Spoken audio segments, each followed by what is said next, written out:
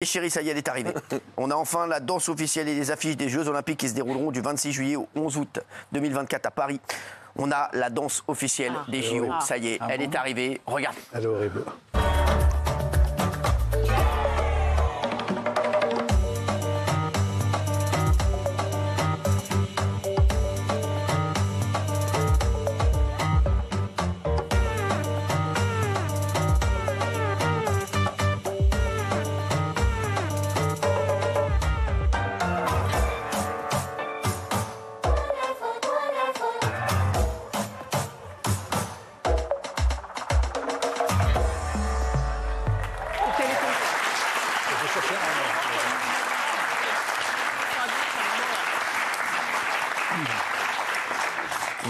Alors, Gilles Verdez. C'est sublimement simple.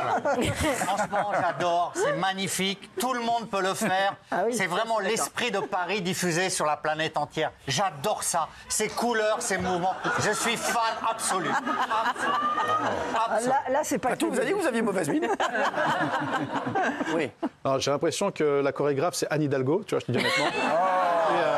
Vraiment, honnêtement, avec tous les meilleurs chorégraphes qu'on a en France, ils nous ont sorti une danse du Club Med. Bah oui, mais justement, c'est le but. C'est le but. Non, moi, je défendrai toujours Tony Estanguet. J'adore. Non, mais voilà, l'idée, c'est qu'on danse en famille, c'est que mamie puisse danser et que le petit puisse danser aussi, et qu'on représente un peu tous les sports, quoi. Je voudrais dire, Tony, que je connais, voilà, il est, franchement, c'est un amour de mec, sachez-le. Et il est d'une humilité incroyable. Et je peux vous dire qu'il travaille à fond sur les JO et que si il avait dû organiser les Jeux Olympiques ailleurs, il aurait été encore meilleur. Il a un handicap. Ah oui, forcément, bah oui. Quand t'es à Paris, tu dois faire avec la personne. Hein. Ah oui, la personne, oui, il faut le dire. Bah oui. Hier, mon fils, pour rentrer de l'école, il a mis 3h30. Hier, c'est le bordel. Ouais, du coup, je lui ai dit, t'arrêtes l'école. Il a 11 ans, terminé, voilà. Et je vous le dis, ça y est, il est chauffeur Uber, si vous l'appelez, vous allez voir. Lino arrivera dans 7 à 8 minutes. Non, mais je vous le dis, non, mais ça y est, terminé. Non, mais je vous le dis, ça y est. Mais je vous le dis, non, 3h30. Il est à l'école à Dijon ou à Paris? Il y avait la grève. Sachez-le, il y avait je te le dis, 3h30. 3h30. Il n'a pas pu faire ses devoirs. Ah oui. Faut vous dire, il les avait là. Bien sûr. Non, mais c'est vrai. Tout ça, à cause de ton ami là, qu'elle a coupé la place de l'Étoile en deux en plus. Ouais. Encore, mais toi tu te balades jamais. Arrête, je veux pas te parler. Non mais tu as trop mauvaise mine. Merci. Si vous voulez, je le ramène en métro, la prochaine fois il ira plus vite. Hein. Mon fils, vraiment qu'il va rentrer avec toi. Bah pourquoi pas. Bah déjà, frère. Pas 3h30, hein. Oh oui, mais tu sais quoi, je peux te dire, non. J'ai dit aux enfants de pas parler aux gens, personnes âgées.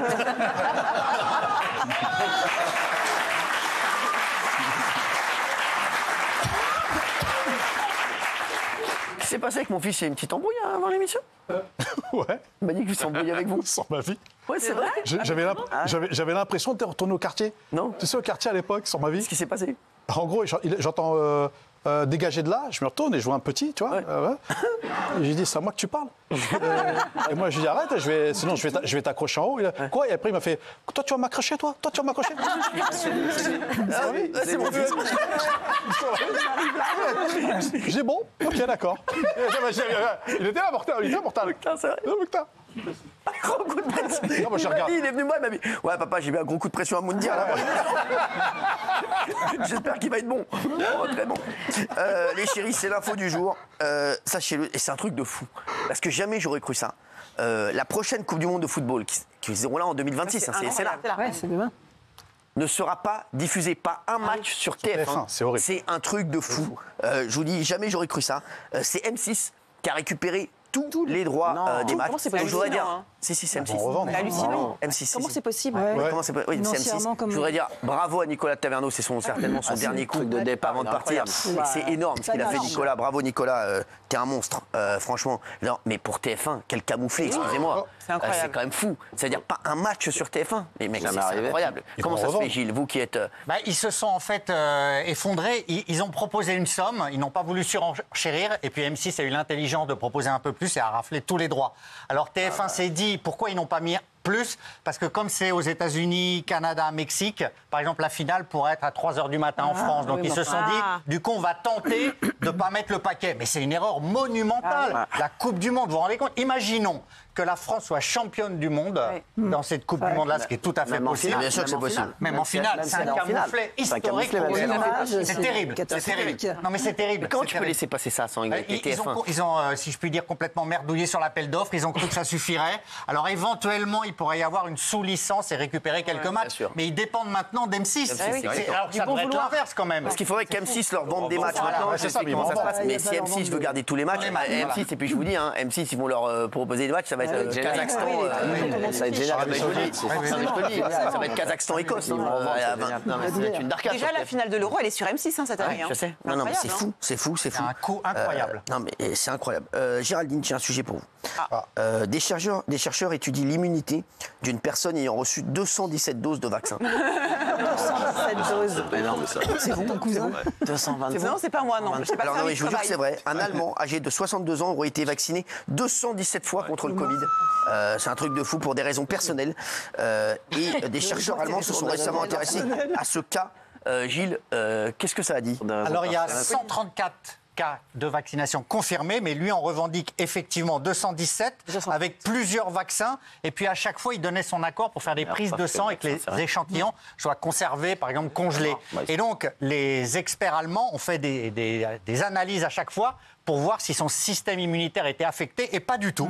Il a eu 217 vaccinations, et le système immunitaire, la réponse au Covid, est tout à fait convenable et tout. C'est incroyable. C'est le record du monde, évidemment, à 217. C'est incroyable. Je crois qu'il a utilisé plusieurs vaccins de plusieurs laboratoires différents. Oui. Il y a eu 4 fois le Covid. Alors, il y a mon ami Bachir qui est à droite d'Didier Deschamps en équipe de France qui me dit c'est bien, au moins tu te tromperas pas cette fois sur la Coupe du Monde, parce que là à l'époque j'avais dit que c'était j'avais dit quoi, j'avais dit que c'était sur TF1, voilà, que sur TF1, et il me dit au moins Didier rigolera pas.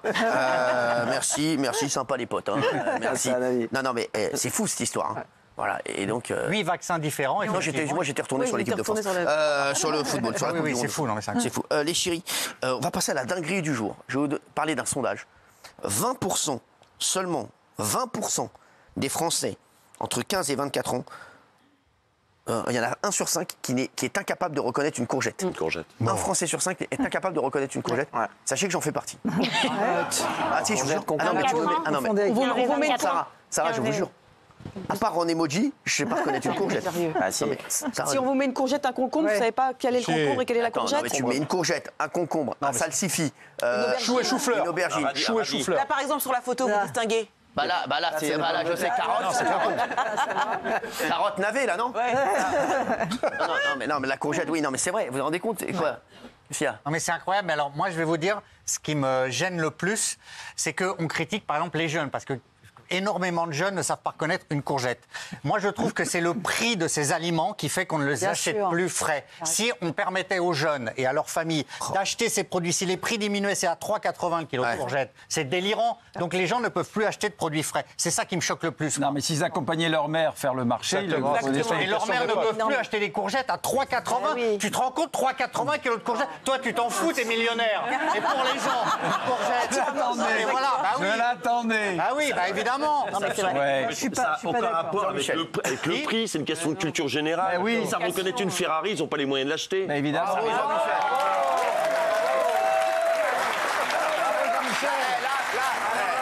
Là, c'est rideau. Merci. Allez, fais gaffe parce que là, tu lui as mis un coup. Fatou va encore lui dire qu'il a mauvaise mine. Non, mais là, ça a été. Non, mais là, franchement, Jean-Michel, incroyable. Bravo, Jean-Michel. Il a raison, il ne parle plus d'ailleurs. Ça y est, terminé. On l'a perdu.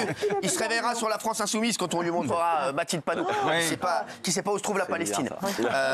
Mathilde Panot. Et Mathilde Panot aussi, qui se compare à Simone Veil. Ta copine, elle nous a tout fait en un jour. Franchement, non, mais écoute, tu vois. Elle a dit une autre courgette. Je t'aime encore plus. Je t'aimais déjà, je t'aime encore plus. Parmi les courges. Tiens, on va parler de ta femme. C'est qui? La dame pigeon qui rend fou ses voisins dans le 20e arrondissement de Paris. Ah oui, regardez, il y a une dame qui rend fou ses voisins dans le 20e arrondissement, c'est à Paris. Regardez ce qu'elle fait, la dame pigeon. Regardez, c'est fou. C'est un site internet. Pas un riverain n'ose les affronter. Et tous préfèrent quitter le trottoir pour les éviter. En un an, rien n'a changé ici. Les pigeons sont toujours nourris par la propriétaire de ce balcon. Et les fientes des volatiles continuent de recouvrir l'asphalte. Et c'est depuis des années que ça dure. C'est dégueulasse, la mairie fait rien, donc je trouve ça aberrant parce qu'on est obligé, vous voyez, de passer sur la rue pour pouvoir pas se casser la figure. La mairie, consciente de ces dangers et des risques sanitaires, entend bien introduire un pigeonnier contraceptif avant 2026. 2026. 2026. Alors c'est dans le 18e arrondissement. Les oiseaux d'Hitchcock. Il est dans le 17e. Il se trompe toujours. Il y a toujours une erreur sur mes fiches. C'est un truc de fou. Oui. Moi, je trouve ça poétique, romantique. Cette dame, elle a sûrement pas beaucoup d'amis. Elle a les pigeons avec elle. Il faut un petit peu la laisser tranquille. Il y en a une comme ça, peut-être sur Paris, 2 ou 3. Je vois pas où est le drame. La dame, elle a peut-être pas d'amis. Est-ce qu'elle met du vieux pain sur son balcon? Oui, il faut la laisser tranquille, cette dame. Non, mais parce que tu vis certainement pas là-bas. Et à mon avis, les gens qui habitent là, ils ont les fientes de pigeons. Ça apporte des maladies. Et il y a, à plusieurs reprises, on a été la verbaliser. Et elle s'en fiche, elle continue. Oui, elle a raison. Continuez, madame. Elle a enlevé les pieds qu'ils avaient mis. La baladant, ouais. Gilles, vas-y, elle va te nourrir. Non, mais sans charrier. Je voulais vous montrer. Qu'est-ce qui se passe? Tu peux même pas garer ta voiture en bas, t'es obligé d'aller laver tous les jours. Faut pas laisser les pigeons sur les voitures. Moi, j'ai l'impression. Alors, moi j'avais l'impression, en fait, que sur mes voitures, les pigeons savaient que c'était la mienne. Ça vous est jamais arrivé que toutes les voitures sont propres, sauf la vôtre? Tu dis, on dirait que le pigeon, sans déconner, il te connaissait. Non, mais il n'a pas aimé l'émission d'hier ou quoi? C'est un truc de fou. Et tu retrouves des trucs, tu dis ça peut pas être un pigeon. C'est un mec qui est monté sur un arbre, mais sans déconner. Monté sur un arbre, mais je te jure que c'est vrai. Tu vas au Karcher, tu mets 20 balles, ça ne veut pas partir. Mais vous êtes déjà fait chier dessus par un pigeon? Moi, oui, souvent. Une bonne question. Quoi, c'est vrai? Ouais, souvent, 2-3 fois. Il y a certaines personnes qui ont des têtes à fientes. Moi, j'ai une tête à pigeon. Voilà. Il y a certaines personnes qui ont des têtes à fientes, des goulis. Dans leur vie, tout le temps, ils se font faire caca dessus. Mais moi, je vais vous dire, un jour, j'étais. Est-ce que vous avez une tête à fiente? Alors, je vais vous dire, j'étais avec mon ami Mickaël Bellitti, qui doit me regarder, Mégalo, le roi du lot. Bellette. C'était, franchement, on sortait de l'école. On sort de l'école, il était à l'école avec moi. Il était en seconde avec moi. On sort de l'école, on va prendre un verre avec deux correspondantes anglaises. Brittany et Gwenette. Très fort. D'où l'anglais. Brittany et Gwenette. Et je vous jure que c'est vrai, on est en train de prendre un verre. Il faisait le beau devant les meufs, il se fait chier. Écoute-moi bien. Donc, va expliquer aux Anglaises que c'est un pigeon qui vient lui chier dessus. Non, mais sans déconner. Non, mais franchement, incroyable. Et vous, rien, même pas une demi-éclaboussure? Rien, je vous jure que c'est vrai. J'ai rien eu. Non, mais vous avez des pigeons qui respectent les voitures de sport. C'est sympa. Non, mais c'était. Du coup, il est parti, Mickaël, il vous a laissé avec les deux meufs. Non. Il est resté même avec la demeure. Même avec la On va faire des progrès en anglais. Imperturbable.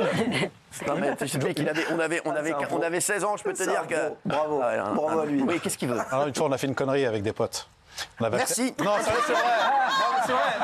Non, mais... Ok, merci. Cyril, on avait acheté un laxatif. On avait mis ça dans de la bouffe. Ah ouais, ça, pour les mouettes, c'est encore pire. Voilà. Et les mouettes sont venues, ont bouffé. Ah oui, bah ça, c'est. Écoute-moi. J'adore. Ça a commencé. C'était les canons de Navarone. Ça, c'est un classique. Écoute-moi. Je l'ai vu, il y a un gars qui l'a fait sur. Aux États-Unis, il y en a qui l'ont fait. Et nous, on a répliqué. Il y a 3 semaines. Moi, je le faisais tout le temps. Ça, c'était ma. C'est exceptionnel. Ah, bien sûr. Ça, c'est comme les boules puantes et tout ça. Ah oui, ça, c'est génial, ça. Ça marche toujours. Et c'est incroyable. Ah ouais, c'est incroyable. L'œil qui brille. Ah non, mais ça, je connais. Ça, c'est un de mes trucs préférés, ça, franchement. C'était bien ce que je disais. Il faut protéger les mouettes, les gars.